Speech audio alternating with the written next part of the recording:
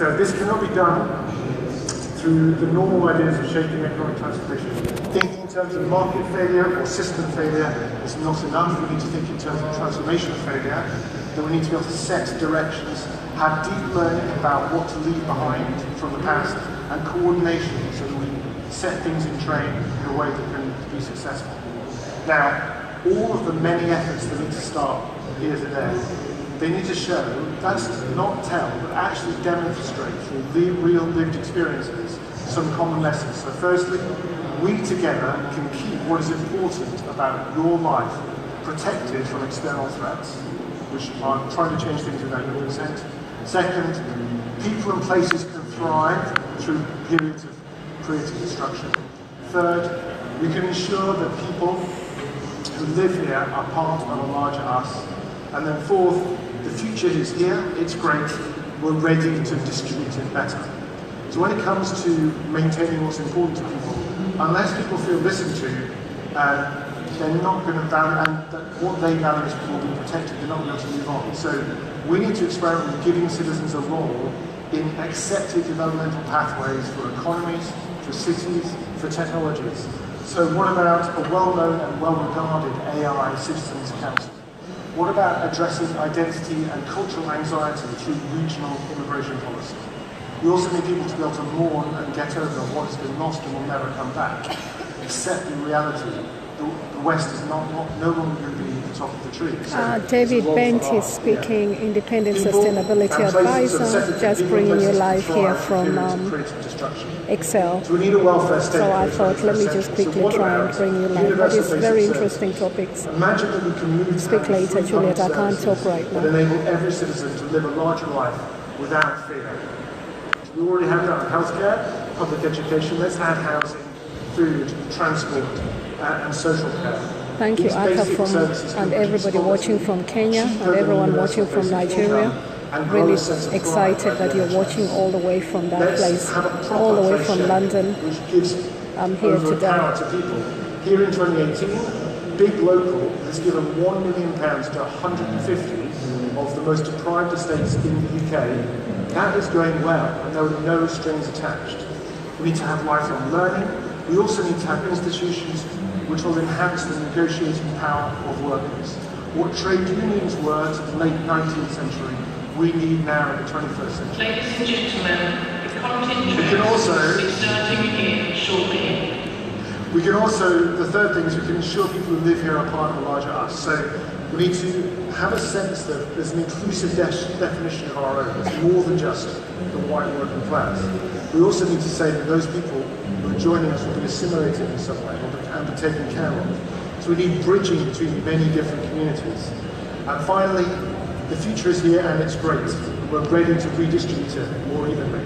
So we need to play enclaves and examples of a better future so that we can take advantage when people are struggling and say, here's an example. So let's have cities moving to low carbon circular and sharing economies. Let's have hyper-local currencies which give people a sense of what they're doing and staying with them. So to conclude, 2023 feels like the certainties of the last 200 years are ending. Westerners are nostalgic and they're turning to security through protection, but that is failing us. We need to turn to security through renewal. And we wish we'd started earlier with 4 things. Experiments on how to protect and maintain people's value about their lives, showing that people and places can thrive through creative destruction, that we can ensure people who live here are part of a larger us, and fourthly, the future is here, it's great, and we just need to redistribute it more evenly. So if you want technology to be able to play a part in that, it's time to act in 2018 to understand that innovation has a direction as well as a value, and accept that we need to show people we can avoid destructive creation so that we can then unleash beneficial creative destruction. If we stick with security through protection, then we'll be overcome by successive crises, including and especially climate change. We are right to fear for a significant and long-lasting diminution in the scale and complexity of our civilization. But if we can move to security through protection, then we can have the astonishing innovation and adaptive capacity of human civilization for us, on our side, working for us to create global prosperity.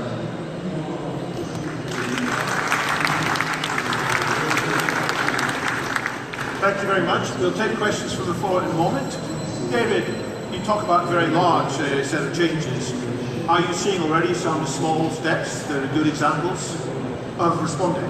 Yes. Yes, so I didn't have time in my notes, but there are things like, so the Big Local is a real example that really exists. You can look it up on the internet now. They're giving away £150 million, £1 million each of 150 estates.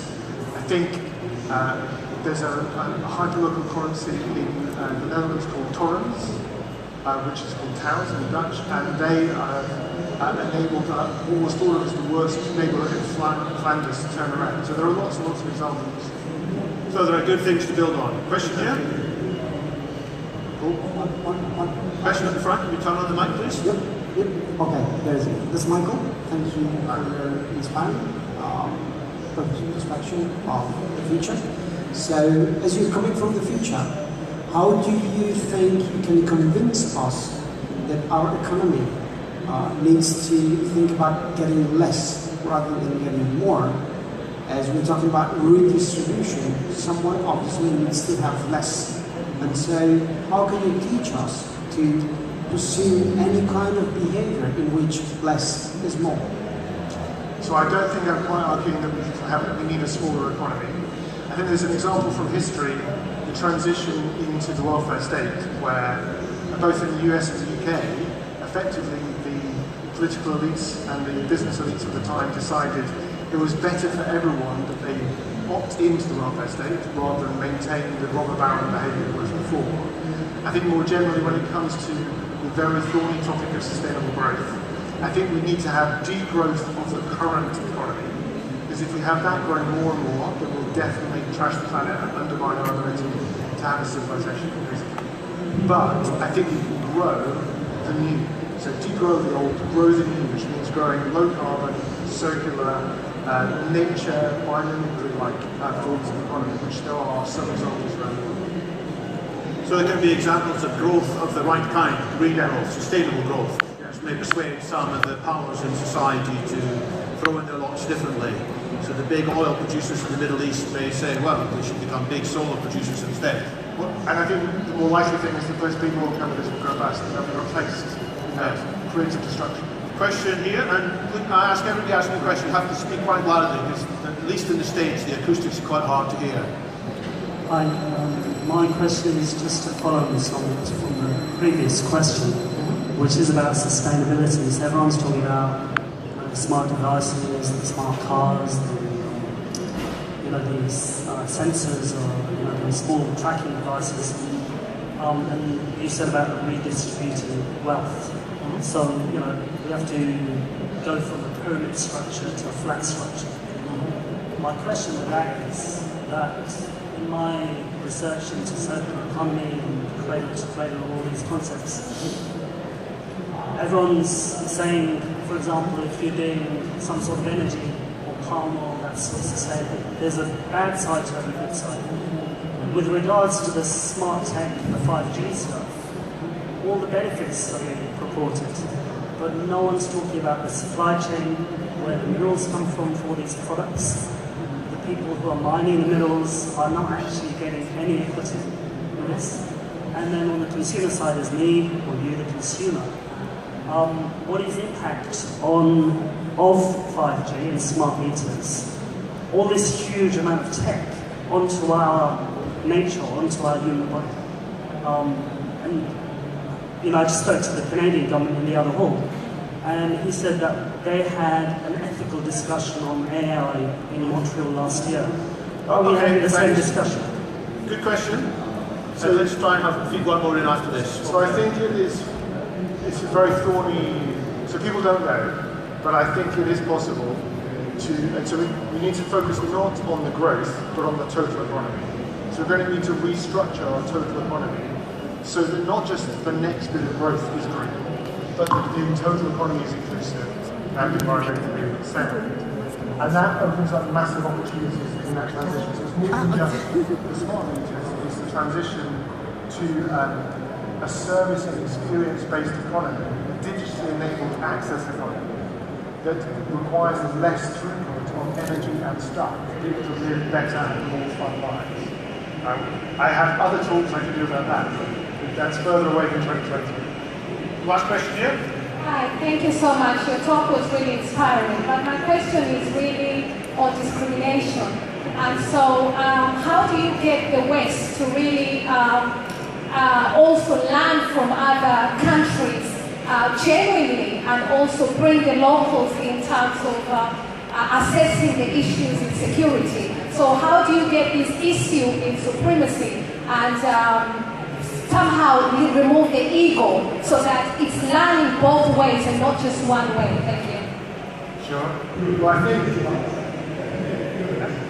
think in order for us to get to a situation where Western countries are happy to think of themselves as peers to the rest of the world, which they're not yet, but they'll need to do, we need to have people go through a process of letting that requirement for a higher status to die. So we need to go through a process of mourning for the past that will never return. And then we may be willing to accept that the West is one of individual countries in the West, or one of many countries trying to play their part in a better world. And that we can learn from different parts of the world which are doing other things better than we are. But first we have to listen, we have to let people process the fact that we're no longer in top of the tree. Otherwise we just won't listen and hang on tighter to what we have now. So these are actually three very good questions and very tricky, deep answers are needed, and I thank you for being concise. If people wanted to find out more about your thinking, I know you've more to say on each of these three topics, where can they find it? Well, you can look on my blog, so David Bent WordPress, or you can look on you can find me on Twitter, David Bent. I'm very easy to find. There are only two David Bents on the internet. One paints pictures of RAF aircraft, and the other one is me. So, the one who doesn't have to do the I've just asked a question, and I hope that this question allows people to think. Thank you very much. The next speaker is Dr. Katie Cook of the Center for Technology Awareness, which she founded. She has completed research on a book on values and the tech industry, and that's exactly what she's going to be talking about here. So let's welcome Dr. Katie Cook.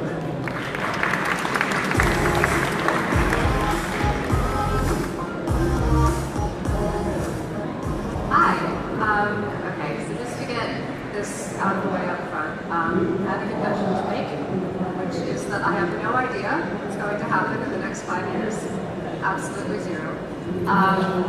Because that's a bit of a problem since I'm meant to be giving advice from the future, but I'm going to do my best. So, I'm not a futurist, as much as I appreciate David calling me one. I'm a psychotherapist. So, I'm really good at the past. I'm alright at the present. Couldn't predict the future to save my life. Is anyone else in my boat? I know this front row doesn't count, but does anyone else have no clue? Perfect, yes, good, we're gonna get on fine, yes, perfect, okay. I want to convince you by the end of my talk that this isn't such a bad thing, that we don't know what's coming, which I know is a really hard ask, because as human beings we really like information, we really like certainty, and we really like answers. We're hardwired to love all of those things because they make us comfortable. So I used to really love answers myself. I then became a therapist, and I had to let go of that, because if anyone has ever been to therapy before, you know that that is not even a little bit what therapy is about. What you do is you sit with people who are suffering, and you try to help them in any way you can, but that never includes giving answers, and that never includes giving advice. So my instinct was always to tie things up in nice, pretty emotional bows and make people feel better and tell them everything was going to be okay, and you can't do that in therapy. And so this really, really bothered me, this need for answers and uncertainty. And my friend Sarah used to sit me down, and she could see me struggling, especially the first year, and she would give me a cup of tea, and she would say, you know what, Katie, nowhere in your job description, and one time she even pulled out my job description, nowhere in your job description does it say that you have to give anyone answers or advice. That you don't have to do that ever at all in your career. The only thing you have to do is you have to show up, and you have to help people ask better questions. And so back in the day when I was a therapist, these questions might be, how are you feeling? Or what does your new normal look like if someone has passed away that they loved? Or what are you planning to do tomorrow to make sure that you're okay? So I learned to do this in the past, in my old job, and I still do it now as more of a research, in a research role. So my first point, and the lesson that I learned from Sarah, this isn't advice from the future, this is just advice. It's not even my advice, it's Sarah's advice. We need to learn to ask better questions, because you can't get to good answers if you're not asking good questions. So I'll give you an example of this quickly. When David sent around the topic for today, this was the first thing I did. I started asking myself questions. This is kind of my go-to means to understand anything these days.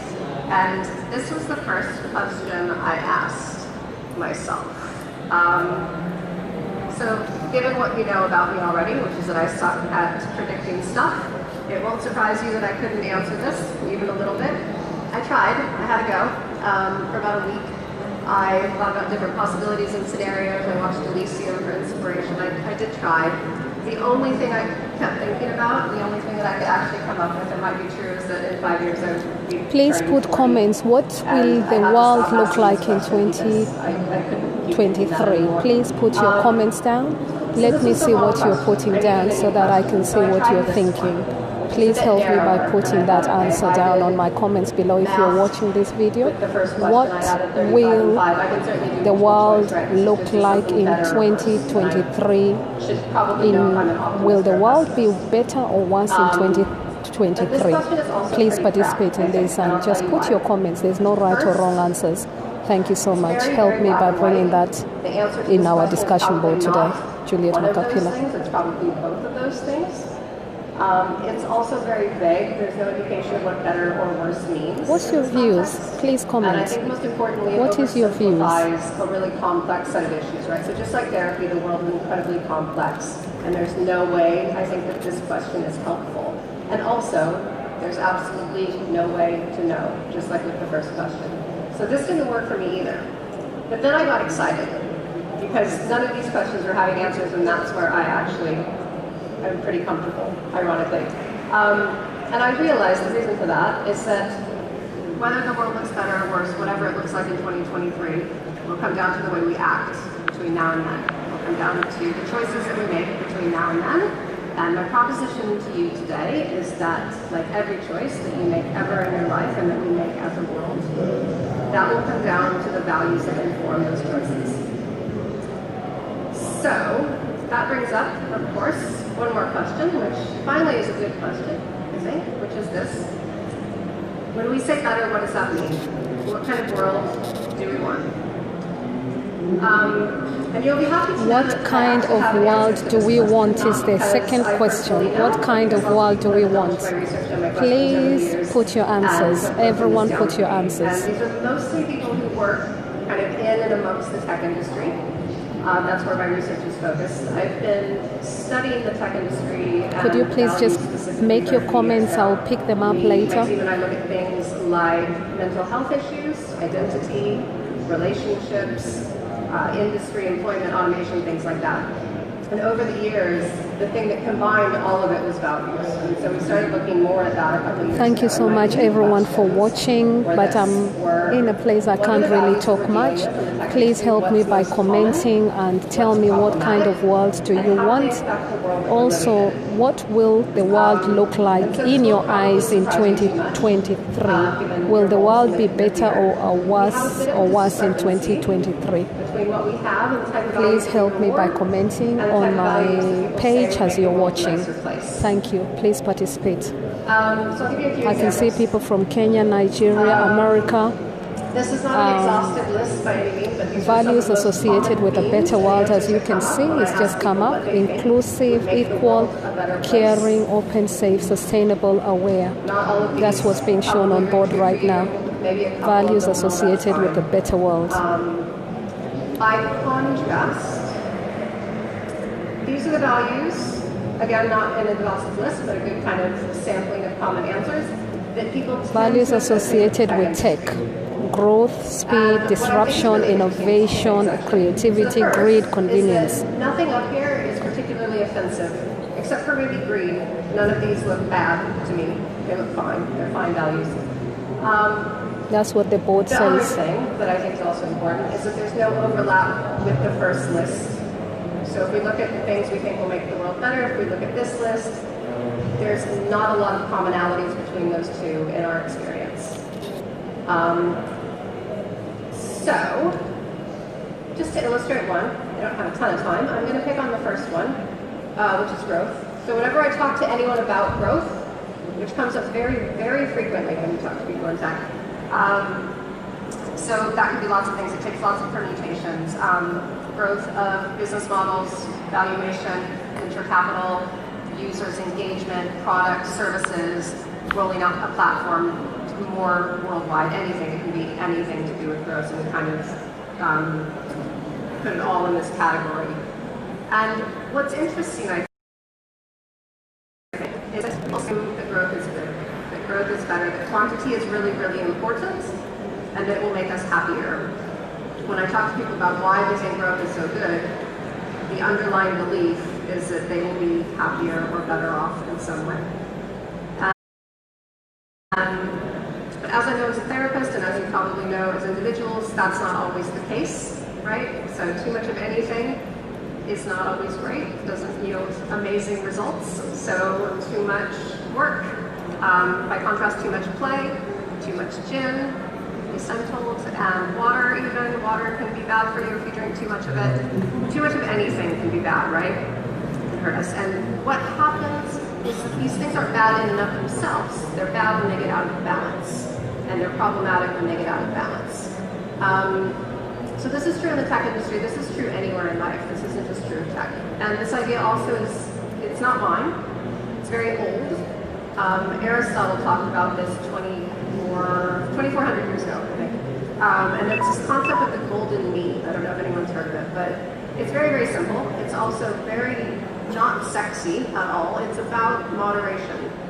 And the idea is that on one end, you have excess of any quality, characteristic, value, and on the other hand, you have deficiency. What you need is something in between these two extremes.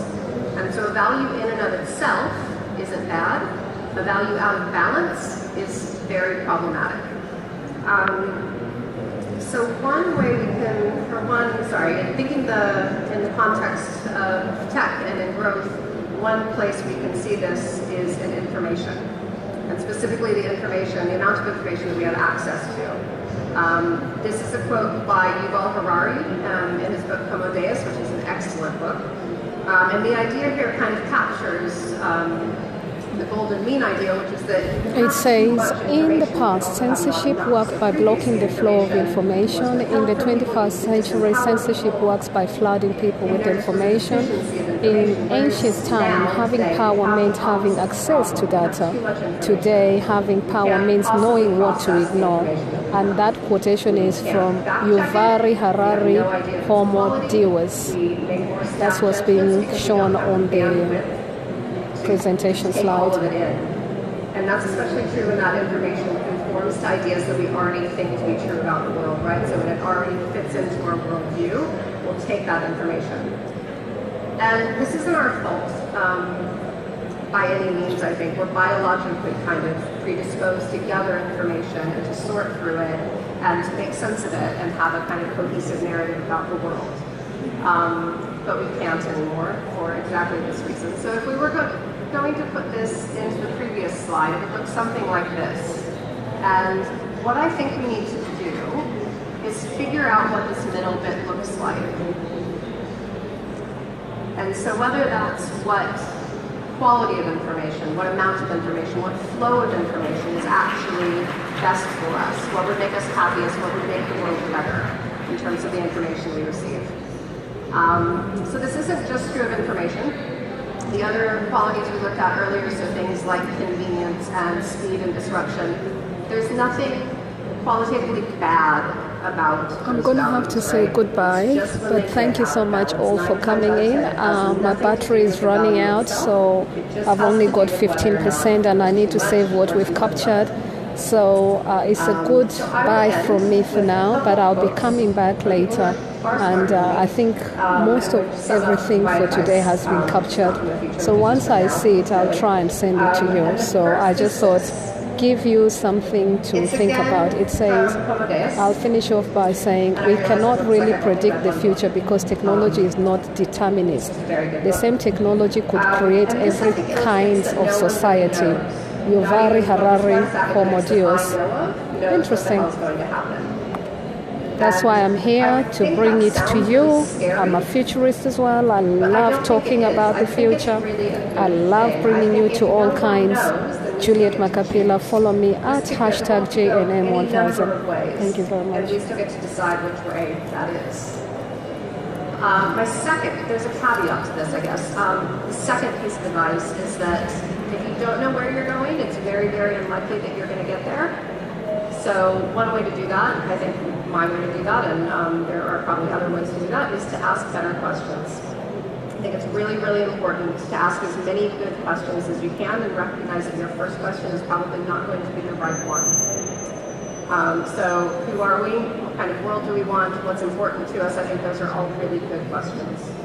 My final piece of advice, there we go, is this, which again, I didn't write. She likes, the lady in front also likes Dalai Lama, who I also follow a lot on Twitter. And it says, time passes unhindered. When we make mistakes, we cannot turn the clock back and try again. All we can do is use the present well. Married up with those values that we looked at that we think humanity would really thrive in having in the future. For you, it might be something completely different. Whatever it might be, I would just encourage you to do what you can in the time that you have. And that's all I have. Thank you. My battery will die any minute now, so... Well, super. Many thanks, Katie. Well, I also like Yuval Harari. I also like a question he poses at the end of one of his books, which is not what do we want, but what do we want to want. And that is very much the question I think it comes through your talk. And I agree also the future is open. In fact, one of the talks later this session is about Schrodinger's future, in which there are multiple options ahead. And to an extent it's up to us to decide. Well, if we decide that we'd like a more caring and a more considerate, a more tolerant society, and if, on the other hand, the big technology companies are pursuing efficiency and speed and disruption, how can we poor, small people influence such powerful corporations? Do we have a chance in this future? I think that's a really good question. I think it's a really important question, and I think one of the answers that we've come up with and that we've talked to people just about to say thank you, Millicent Omoka, for watching, Keith Kennard for watching, Paul Maddock for watching, Ed Fordham, Collins Chenogore, Lydia Nyambura all the way, thank you so much for watching, Queen Allen, thank you for watching, Hilda K. Hoya, Arthur Shallow from Kenya, definitely, thank you for watching, Eric Otieno, thank you for watching, Anne Curry, thank you for watching. Johnson Katot, thank you for watching. Paul Gibson, I thank you, appreciate you for coming on.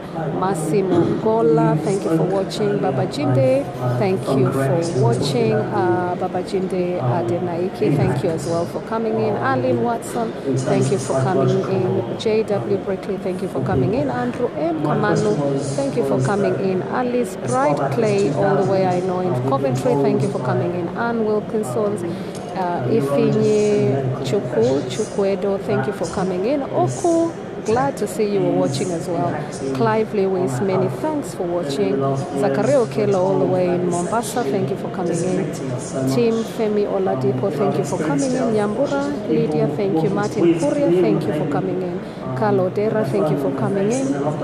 Victoria Brooks, thank you for coming in. Peter Bray, thank you for coming in. I know you enjoy such topics. Claudia Duberry, thank you for coming in. Kimtai Kirui, Asante Sana, Olaite Jai, Asante, thank you so much for watching, team. Aching Osu, thank you for coming in. Judy Wairegi, I appreciate you for all coming in. Tony Kiku, thank you for coming in. Jeremy Hilton, please, thank you for coming in. Ismaila, all the way Gambia, thank you for coming in.